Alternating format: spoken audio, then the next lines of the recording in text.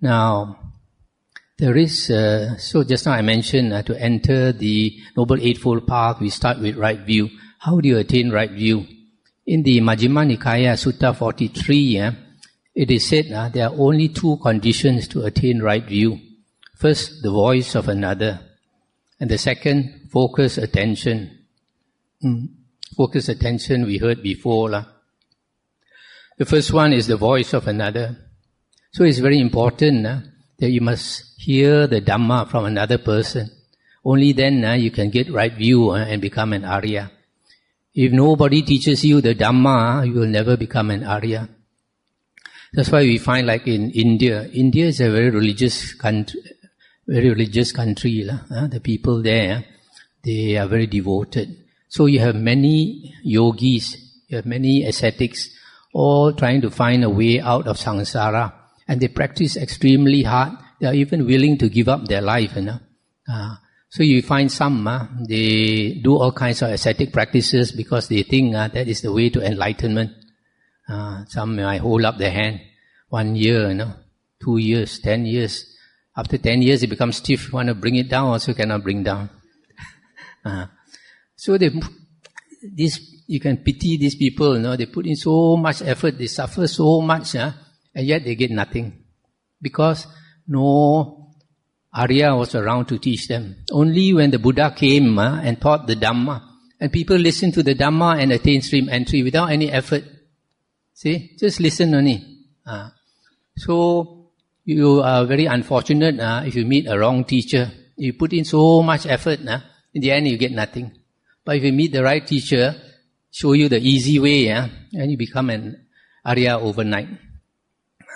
So the voice of another is very important. Only the voice of another teaching you the Dhamma, you can attain stream entry. This is confirmed by another sutta, Sangyutta Nikaya 46.38. The Buddha said, monks, when a noble disciple listens to the Dhamma with eager ears, attending to it as a matter of vital concern, directing his whole mind to it, on that occasion, the 5 hindrances are not present in him. On that occasion, the 7 factors of enlightenment go to fulfillment by development. So you see, if you can listen to the Dhamma with a focused mind, then the 5 hindrances are not there. And on that occasion, the Buddha says, the 7 bojjhangas, factors of enlightenment, are fulfilled. So that is the time you can attain stream entry. There's another sutta, Anguttara Nikaya 10.75. It is said there, the person who is immoral, but who has listened to the Dhamma, he becomes learned, penetrated Dhamma by view, that means attain right view, attains partial liberation. The ear for Dhamma, Dhammasota, pulls him out, that means pulls him out from samsara. So the ear for Dhamma has saved him. Listening to the Dhamma has saved him from samsara. So stream entry, entering the Noble Eightfold Path, is dependent on right view, which is dependent on the voice of another teaching you the Dhamma. So listening to the true Dhamma, the 5 Nikayas, is very, very important. That is why the Buddha called all his disciples, monks, nuns, laymen, laywomen. What did he call them? Savaka. Listeners. Yeah? So the Buddha wants you to know that listening is so important. That's why he called his disciples Savaka. If you don't listen to the Buddha's words, today you say you're a Buddhist. Few days later you change your religion. It's only by listening to the Dhamma and understanding that you have confirmed confidence in the Buddha. You'll never be shaken. So to give you some examples, I quote 3 simple examples. One is from the Vinaya book, Mahavagga, chapter 1. The Buddha, before enlightenment, he was walking here and there, searching for the path to enlightenment. Then he came to Rajagaha, and King Bimbisara met him, and King Bimbisara was very impressed by the Buddha. and asked the Buddha to stay in his country forever. But the Buddha didn't want that. Now the Buddha wanted to search for enlightenment, wanted to be free to roam here and there. Then he made the Buddha promise him that if the Buddha becomes enlightenment, must come back and teach them. So after the Buddha was enlightened, he started to gather disciples. After he had gathered 60 Arahant disciples, taught them the Dhamma, all listened and attained Arahanthood, because they had 4 jhanas. So after the Buddha had 60 Arahant disciples, he asked them to walk. Don't 2 of you go by the same road, he said. All go in different directions and teach the Dhamma for the good of the many folk. So off they went. Then after that, the Buddha surveyed, who else should he teach? Then the Buddha found a group of 1,000 jatilas, matted hair ascetics, living by the riverside. These matted hair ascetics, they prayed to fire. And they worshipped the fire. But they had attained jhana. And because they had attained jhana, the leader had psychic powers and considered himself an Arahant. And his disciples considered him an Arahant. So the Buddha went to them. Such people, they think they have some attainment, and because they don't have the Dhamma foundation, the ego becomes bigger. So not easy to teach such people. So the Buddha went to them and started to show psychic powers over a few weeks. And after a few weeks, they were totally impressed by the Buddha. Then the Buddha told the leader, Kassapa, you are not an Arahant, and you are not practicing the way to become an Arahant. And there was like a slap in his face. And after some thinking, he decided to become a disciple of the Buddha. He shaved off all his long hair.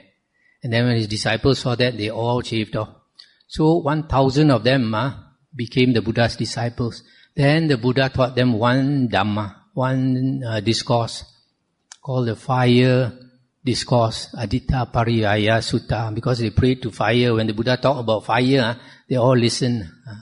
So just one sutta, 1,000 of them became Arahants. So easy, no need to all that ascetic practice. Just listening to one sutta, they became Arahants. But they had the 4 jhanas as condition. So after that, the Buddha brought them to Rajagaha, to King Bimbisara. And then the King Bimbisara threw a big lunch for all of these Arahants and invited all the people of Rajaha to come and see Arahants. So according to the Vinaya books, 12 Nahuta of people came. And one Nahuta is said to be 10,000. So 120,000 people came to see the Arahants. So after lunch, after eating, the Buddha spoke Dhamma to 120,000 people. And it is said that all of them attained stream entry. All of them attained stream entry. They are not professors or doctors or scientists, They are Akong, Amma, Ai, Aso. Ordinary people. So there is one glaring example. Another one is Samyutta Nikaya 55.24, Sarakani Sutta. There was a man, Sarakani, a Sakyan, in Kapilavatu, who passed away. And then after he passed away, people asked the Buddha, where did Sarakani go for rebirth? Then the Buddha said, he's gone to a good place because he was a Sotapanna. So when a lot of people spread the news, some people were very unhappy. They said, this Sarakani, he used to drink liquor. He cannot even keep the 5 precepts. How can be a Sotapanna? If he can be a Sotapanna, anybody can be a Sotapanna. So when the monks came back to tell the Buddha said, when a lay follower has gone for refuge over a long time to the Buddha, Dhamma and Sangha, that means he has listened to the Buddha's discourses for a long time, how could he go to the woeful world for rebirth? And then the Buddha went on to say the characteristics of the different types of Arya. The Buddha said that the Arahant and the Anagamin, because they have the 4th jhana, they have joyous wisdom, they have sharp wisdom, Javana Panya and Hasa Panya. So when a person attains the 4th jhana, he has very sharp wisdom. And then the Buddha talks about the Sakadagamin, and then talks about the Sotapanna, and says that the Sotapanna has confirmed confidence in the Buddha, Dhamma and Sangha. But the two path attainers, Dhammanusarin and Sadhanusarin, do not possess confirmed confidence in the Buddha, Dhamma and Sangha. So, after that, the Buddha said a very surprising thing. The Buddha said, why should not Sarakani become a Sotapanna? The Buddha said, even if these great Sala trees could understand what is well spoken and what is badly spoken, then I would declare these great Sala trees to be stream winners, Sotapanna, no longer bound to the woeful world, fixed in destiny, with enlightenment as their destination. How much more then Sarakani the Sakyan? So the Buddha says here, if I talk to these Dhamma, to these trees, and they can understand me, I say they also will become Sotapanna, the Buddha is saying. So why should not Sarakani become a Sotapanna? So from here, it's very clear, the Buddha is saying that by listening to him and understanding his words, you can become a Sotapanna. Even trees can become a Sotapanna. Why you cannot become Sotapanna? Now, the interesting thing is, why is it that this Sarakani, he could not keep the liquor precept and can become Arya? Because he has the Aryan precepts. Now, what are the Aryan precepts? Can anyone tell me? You listen to my Dhamma talks and you can tell. In the Noble Eightfold Path, the 8 factors of the Noble Eightfold Path can be divided into Sila, Samadhi and Panya. And under Sila, there are 3 factors, right speech, right action, and right livelihood. And when you investigate these 3 factors, you find they consist of 7 precepts. 3 body precepts: not to kill, not to steal, not to commit adultery. And then 4 verbal precepts: not to lie, not to carry tales to cause disharmony, not to use vulgar or coarse speech, and not to engage in gossip. So, only 7 precepts. Is a liquor precept there? It's not there. So, liquor precept was put in later. So, originally, the Buddha did not put it in because if you drink liquor, you don't harm anybody, you only harm yourself. So, liquor is not in the Aryan precepts, only the 7 precepts I just mentioned. 3 body precepts and 4 verbal precepts. Okay. Now, the third example I'm going to give is from the Vinaya books, Chula Vaga, chapter 7. Devadatta was a disciple of the Buddha, was very ambitious. Initially, he had all the 8 jhanas, the 4 rupa and the 4 arupa. And because of that, he had psychic powers. And because he had psychic powers, he became arrogant. That shows he didn't listen to the Dhamma enough. He did not attain stream entry. Because there are some people mentioned in one of the suttas, the Buddha said, when he's teaching the Dhamma to his disciples, he was rebuking one monk. He said, I noticed you were never listening when I was teaching the Dhamma. So probably Devadatta was somebody like that, because he was so arrogant, he thinks he knows everything. When the Buddha was teaching the suttas, he was thinking of something else. So because of that, he could not attain stream entry. Then he wanted to take over the Buddha's place. In front of all the monks, he told the Buddha, I said, you're old already, Bhagawa, you step down, let me be the leader. And then the Buddha scolded him in front of the monks. The Buddha said, who do you think you are? You want to take my place. I never even called Sariputta or Moggallana to take my place, and you want to take my place. The Buddha said, you are like spittle. People spit out. Nobody wants. So because of those strong words, he developed a lot of hatred for the Buddha. Then he tried to kill the Buddha. And he tried a few ways. And one of the ways he tried, because the Prince Ajatasattu had a lot of faith in the Buddha, and he asked Prince Ajatasattu to give him a few men. So the prince gave him a few men, and he told the first man, he said, you go to such and such a place in the forest, Samana Gotama is there. You kill him and come back by this road. Then after this man had gone, he called another 2 men. He said, this man is coming back by this road. You kill him and go back by this road.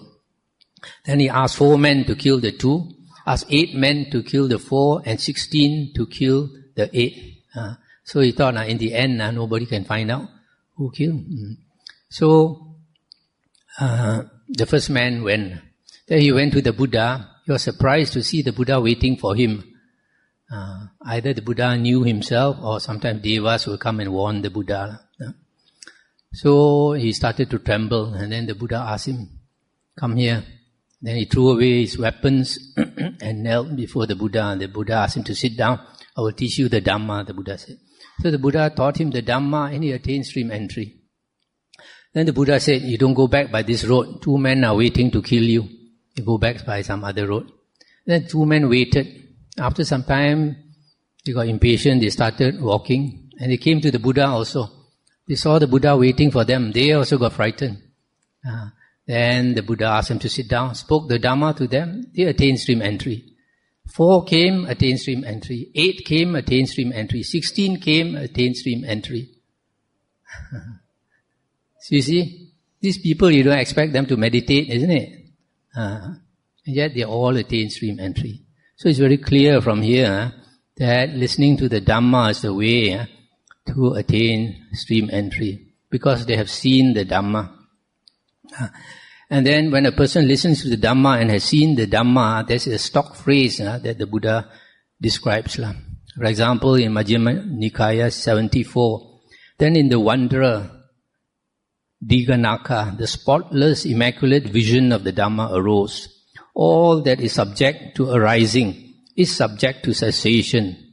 The wanderer saw the Dhamma, attained the Dhamma, understood the Dhamma, fathomed the Dhamma. He crossed beyond doubt, did away with perplexity, gained intrepidity, and became independent of others in the teacher's dispensation, or the teacher's sasana, meaning the Buddha's teaching, or the Buddha's doctrine, or the Buddha's religion. So you see, when a person understands the Dhamma, he has attained vision of the Dhamma, Dhammacakku. And he understands all that is subject to arising is subject to cessation. In other words, he has seen very clearly anicca. We all think we understand anicca. Not so simple, If you understand anicca, it means you understand dukkha. And it also means you understand anatta. Normally, because our mind is not focused, when we hear something, we don't concentrate on it. We don't understand so clearly. But suppose now a doctor tells you, you have 6 months more to live. You have a tumor in your lung or something. At that time, you will see anicca, yeah? Because you see anicca, you see dukkha, yeah? So, that is a stock phrase on the attainment or vision of the Dhamma.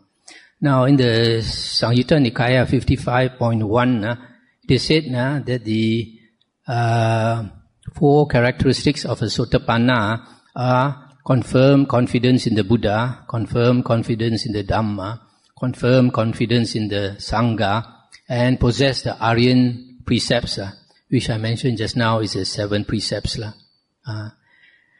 And then another characteristic mentioned in Samyutta Nikaya 55.30, an Aryan disciple is endowed with 5 factors. First one is Ayu, second is Vano, then Sukang, then Yasa, then Adipati. First one, Ayu, is long life. You see, sometimes it's Sultan's birthday, what do they write? Dirga Ayu, yeah? Dirga is a Sanskrit for Diga, just like our Diga Nikaya.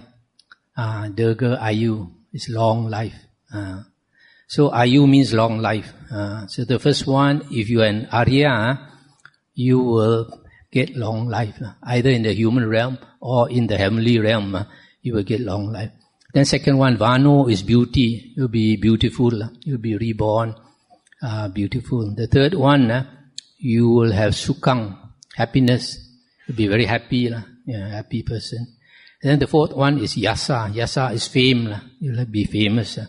Then the fifth one is Adipati. Adipati is lordship or rulership. So if you are born in the Deva realm, you might be a Deva Raja. If you are born in the human realm and you work in a company, you come up to be a CEO. So that is, wow, my talk is getting quite long. Now in the Anguttara Nikaya 3.86, it is said that the Sotapanna has destroyed the three factors, Sakaya Ditti, doubt, and attachment to precepts and practices, Silabhata Paramasa. But the path attainer has not destroyed these three factors. That's why you see after you listen to the Dhamma and you understand, you have entered the stream, but you have not changed your character. It takes some time to change your character. So you keep practicing the Dhamma, and you change your character, and then the three factors are eliminated. It is also mentioned in this sutta, very interesting, that an Arya, whether he's a Sotapanna or Sakadagamin or Anagamin or Arahant, he can fall into offenses in regard to the lesser and minor training rules, but he rehabilitates himself. That means he confesses. So an Arya can break the minor precepts.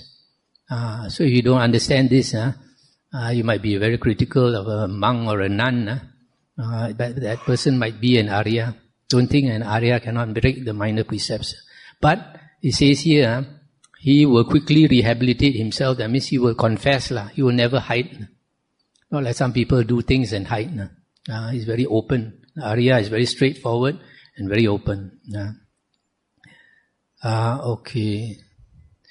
Now I come to a very important sutta, which is the Majjhima Nikaya 48, which has the most detailed description of the Sotapanna, the characteristics of a Sotapanna.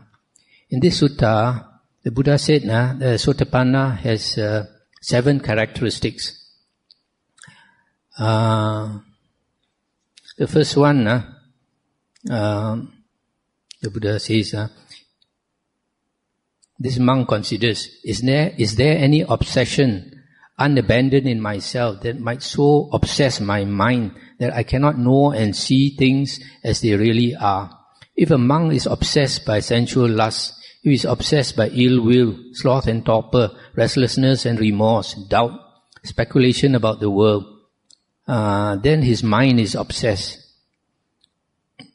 But this Sotapanna, he understands, there is no obsession unabandoned in myself that might so obsess my mind that I cannot know and see things as they really are.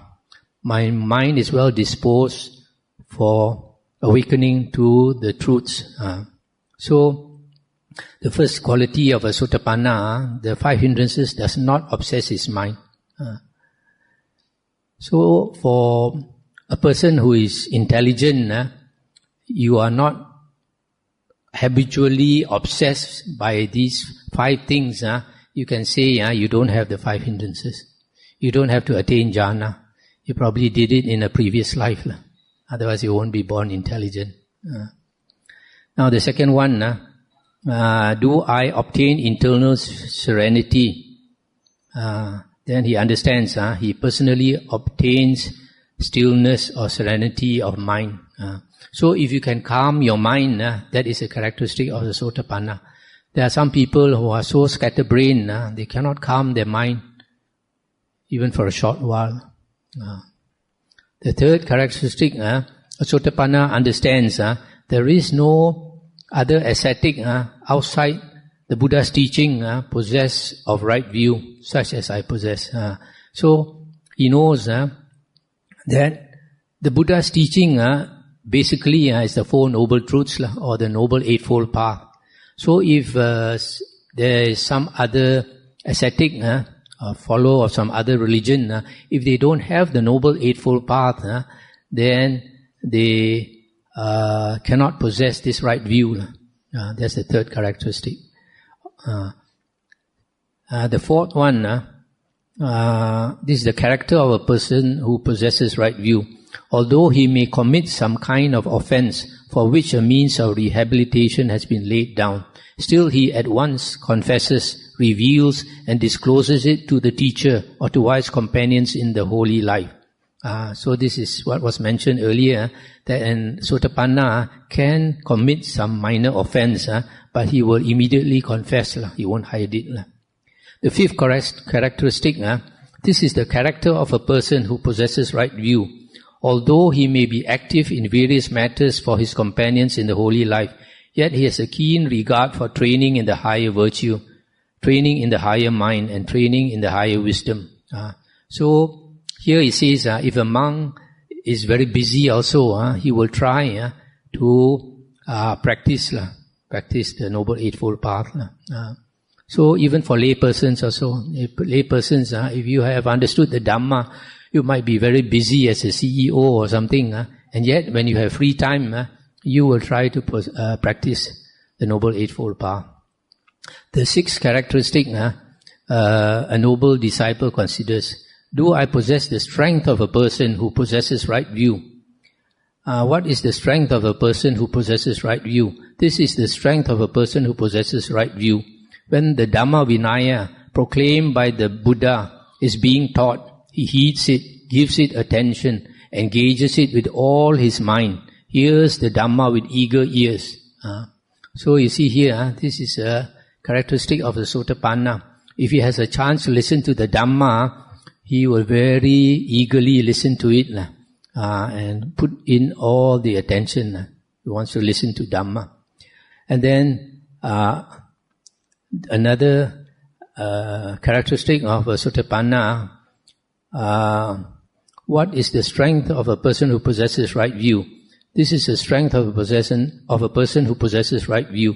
When the Dhamma Vinaya proclaimed by the Buddha is being taught, he gains inspiration in the meaning, gains inspiration in the Dhamma, gains gladness connected with the Dhamma. When a noble disciple is thus possessed of these 7 factors, he possesses the fruit of stream entry. So this last two is very important. The sixth one, when he has a chance to listen to Dhamma, he pays attention, engages it with all his mind, hears the Dhamma with eager ears.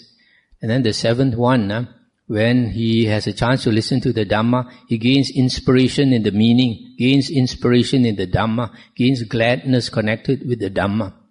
In other words, a characteristic of the Sotapanna is he likes to listen to the suttas. If you don't have interest to listen to the suttas, no chance to become a Sotapanna. This said by the Buddha, not me. 3 types of Sotapanna. Anguttara Nikaya 3.87. There are 3 types of Sotapanna. One is called the Satta Kattu Parama, one with 7 births at most. And that is among devas and humans. 7 more lifetimes maximum. The second one is called the Kolan Kola, the family-to-family attainer among good families 2 or 3 times. That means he's born in the human realm 2 or 3 times among good families.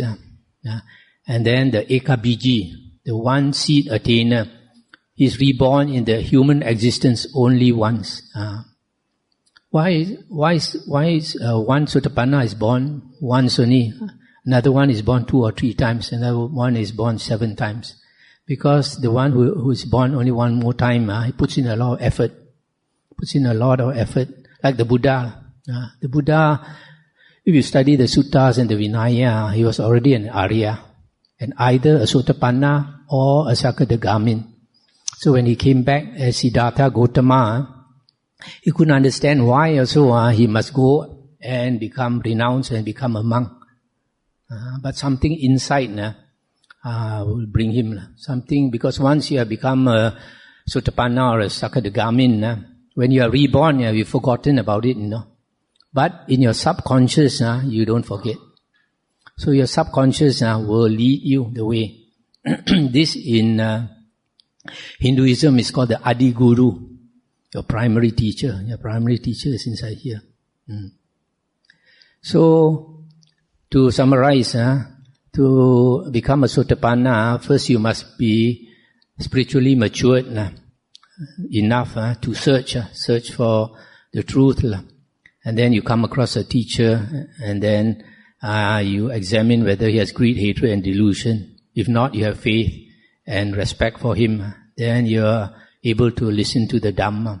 And some people, when they listen, initially they already attain stream entry. And it is said here, after they listen, they gain a reflective acceptance of the teaching. Gaining reflective acceptance means he understood. So he attain stream entry. Then he practices in accordance with the Dhamma. He recollects the Dhamma. In our case, we are very lucky. We don't have to recollect, in the sense that during the Buddha's time, they had no books, They had to memorize. Nowadays, we have the books. In fact, we are more lucky than people born during the Buddha's time. You know why? Because you are born during the Buddha's time, the Buddha will come to your kampong maybe for 1 week or 2 weeks, then he will go off to some other kampong. So you can only listen to a few suttas. But now, we have 5,000 of the Buddha suttas that he taught for 45 years, all in the Nikayas. And if you don't take the opportunity to listen to it, very sorry for you, because the Buddha said, when he looked into the past 91 world cycles, one night the Buddha didn't sleep. Spent the whole night looking into the past, managed to see 91 world cycles. He saw only 6 Sammasambuddha. Not so easy to find a Sammasambuddha, They don't come so easily. So 91 world cycles, 6 Sammasambuddhas. How long to get to hear one Sammasambuddha? So if you miss this opportunity, you have to wait for many, many, many, many lifetimes. And during that many lifetimes, I don't know how many times you fall into hell. So don't play, as they say.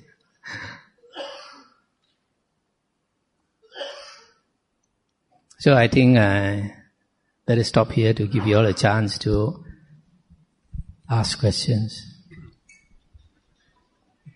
So one last thing I want to say is Samyutta Nikaya 56.51.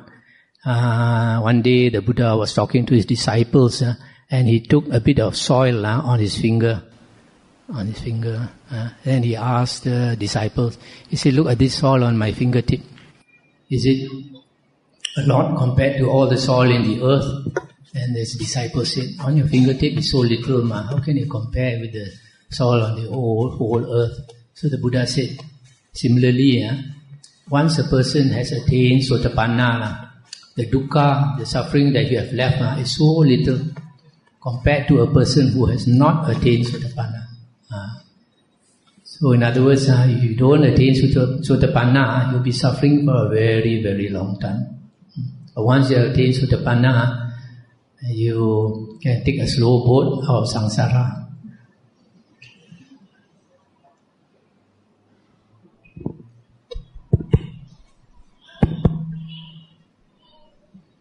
Questions?